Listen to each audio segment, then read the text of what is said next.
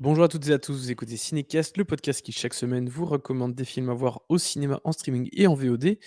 Hem et aujourd'hui, on va vous parler, enfin je vais vous parler en l'occurrence d'un film qui sort, en streaming, au mois de décembre, qui sortira sur Netflix, qui est Bardo, fausse chronique de quelques vérités, le nouveau film de Alejandro González Iñárritu, alors ça n'a pas encore été annoncé, mais a priori, en Belgique, il devrait sortir, en salle, quelques semaines avant la sortie. Donc c'est prévu pour la sortie sur Netflix est prévue le 16 décembre, et j'ai cru comprendre qu'il aurait un bon mois, d'exclusivité en salle.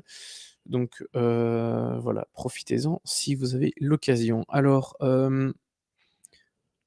ouh, heu, je suis en train de réfléchir par où commencer parce que ce nouveau film d'Iñárritu, c'est quand même quelque chose.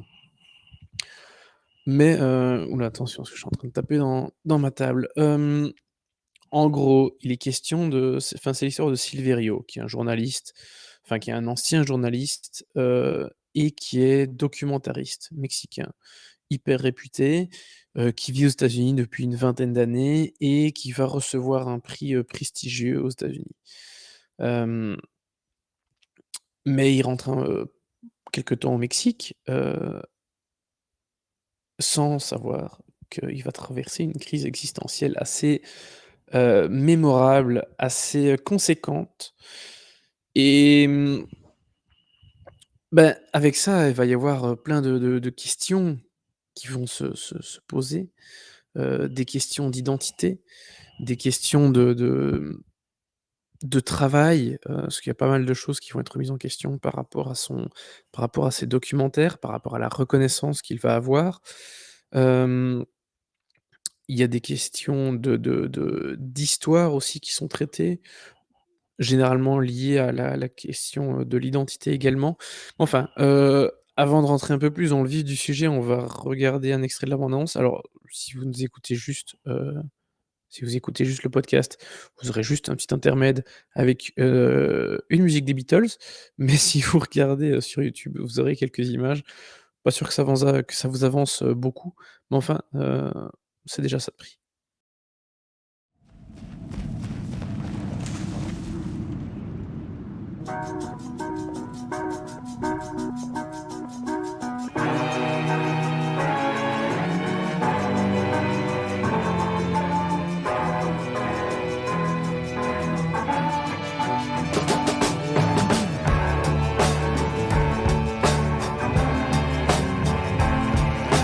I am he as you are, he as you are, me, and we are all together.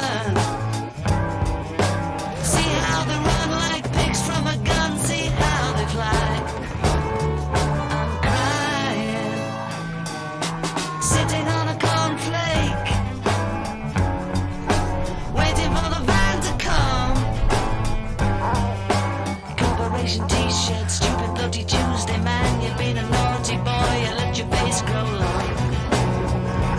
I am the Eggman, they are the Eggmen. I am the walrus, cuckoo, cuckoo.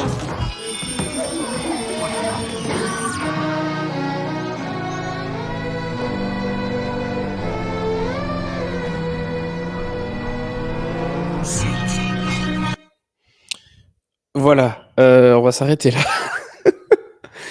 J'avais pas regardé la bande annonce, enfin, en même temps, elle est sortie, hier au moment où j'enregistre ce podcast, et elle est sortie pendant que je voyais le film, ici au festival de San Sebastian. Donc je l'avais pas encore regardé, heu, en entier et je vais pas le regarder en entier parce que c'est quand même un sacré morceau. Alors qu'est-ce qu'il nous a fait là, Alejandro? Alejandro, enfin Iñárritu, un petit peu comme c'était déjà le cas quelque part dans Birdman, hem,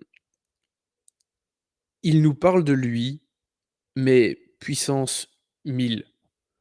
Dans Birdman, c'était, comme souvent les réalisateurs le font, il parlait du monde artistique de façon un peu plus globale, il y avait pas, il mettait pas toutes ses angoisses et ses questionnements d'artiste, dedans, alors qu'ici, pouh! Il y va à fond, quoi. C'est-à-dire qu'on a, cet homme, hem, qui a un déracinement, qui a un problème d'identité, enfin, qui a une question d'identité qui se pose.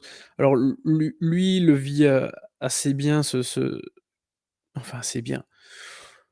Disons que de sa famille, c'est pas celui qui vit le plus mal le déracinement et cette double, identité, cette double nationalité américaine et mexicaine.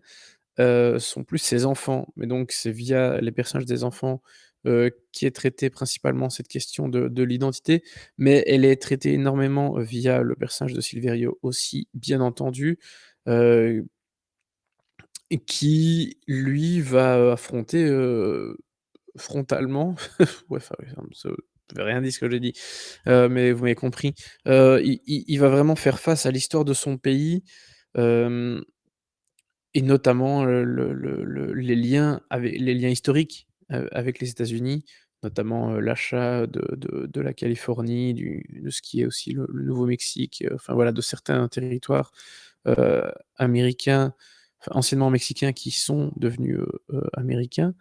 Hem, il remet ça un peu au goût du jour aussi, avec quelque chose d'un peu, enfin de neuf, qui fait un parallèle avec tout ça. Hem Et puis évidemment tout ce côté, documentariste qui va parler du monde qui l'entoure, qui a du succès aux États-Unis, mais qui est moyennement apprécié, chez lui. Hem et donc cet artiste, ce documentariste qui va nous parler de ses angoisses d'artiste, et aussi évidemment, en tant qu'être humain, mais en gros, on a vraiment une espèce de gloubi-boulga de plein de choses qui évidemment intéresse, Iñárritu, qui parle de lui, heu, en long et en large, sans beaucoup de subtilité, on va pas se mentir. J'ai pas l'air très, très enthousiaste en parlant, du film là comme ça, c'est parce que honnêtement je sais toujours pas si j'aime le film ou si je l'aime pas. Hem, je l'ai pas détesté, mais je le trouve quand même très intéressant et je pense que c'est un film qui mérite quelque part quand même d'être vu.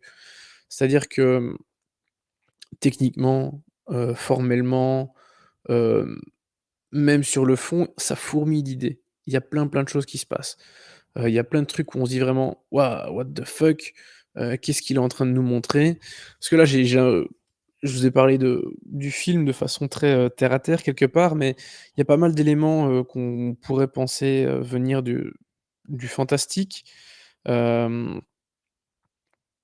et donc il y a pas mal de choses qui font qu'en tant que spectateur, on se pose des questions, on se dit: Qu'est-ce qu'il vient de faire là? Qu'est-ce qu'il essaie de nous raconter? Quel est le but? Quelle est l'intention?» Hem et donc ça, c'est pas mal. Il y a vraiment pas plusieurs séquences où je me suis dit: «Waouh, OK, ça a vraiment de la gueule.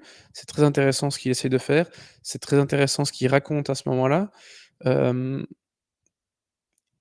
et donc voilà, je suis dans une espèce d'entre-deux où je me dis que c'est assez brillant sur pas mal d'aspects, quand même techniques, heu, mais qu'en même temps, ça reste un petit peu de la branlette, d'artiste, de réalisateur qui voilà, qui parle de lui, ce qui a déjà été fait, mais voilà, il le fait de façon quand même plus originale.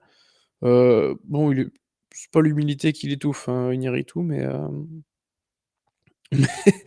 mais bon, ça a le mérite d'avoir été fait, comme ça, ce qui est pas mal.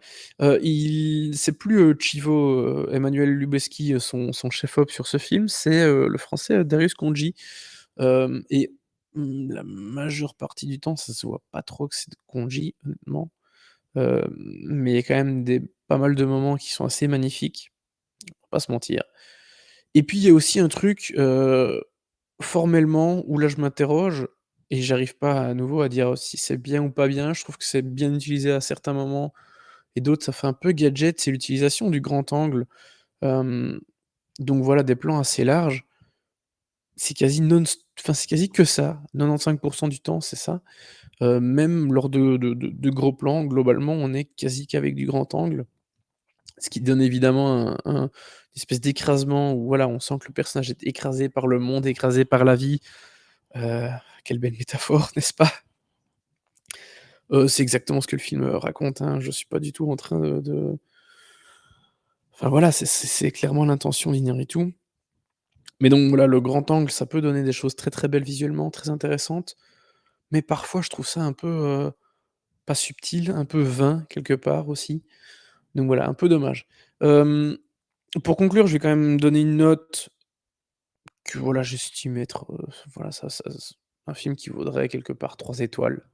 J'avoue, ça veut pas forcément dire grand-chose, parce que je me suis quand même pas emmerdé devant le film. Ça reste une espèce de d'ovni, d'objet cinématographique, singulier, hem, qui fourmille d'idées et donc en ce sens, ça reste une œuvre, intéressante. Mais faut s'accrocher, il y a des moments qui sont quand même plus lourds, on va pas se mentir. Et encore, hein, dans la version que j'ai vue, donc c'est la première fois que la nouvelle version est présentée, c'est une version qui fait 2 heures et demie. À Venise, elle était un peu plus longue, il y avait, elle faisait 2 h 50, donc il a charcuté 20 minutes dans le film, hem et je pense que c'est pas plus mal.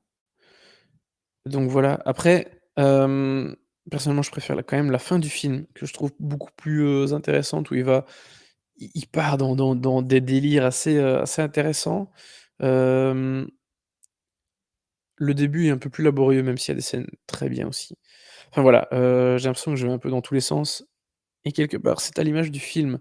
Donc voilà, 3 étoiles pour ce film, Bardo, hem, Fausse chronique de quelques vérités, le nouveau film d'Alejandro González Iñárritu. Hem, ceci conclut, cette critique. N'hésitez pas à partager votre avis sur ce film dans les commentaires quand vous l'aurez vu et si ce n'est pas déjà fait, à vous abonner sur la plateforme de votre choix. À très bientôt pour de nouvelles recommandations.